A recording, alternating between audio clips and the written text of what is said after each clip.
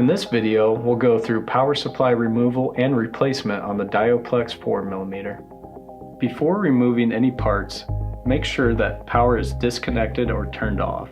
This can be done by checking the breakers or checking with a voltage meter. Here are the tools required.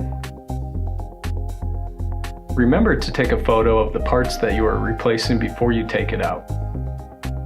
Start by removing all screws from the terminals on the power supply. Make sure to keep all screws for replacement. You will also need to remove the screws on the bracket of the power supply.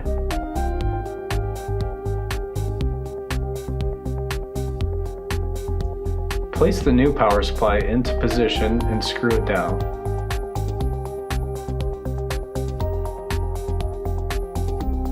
Reattach all power supply cables into the appropriate terminal.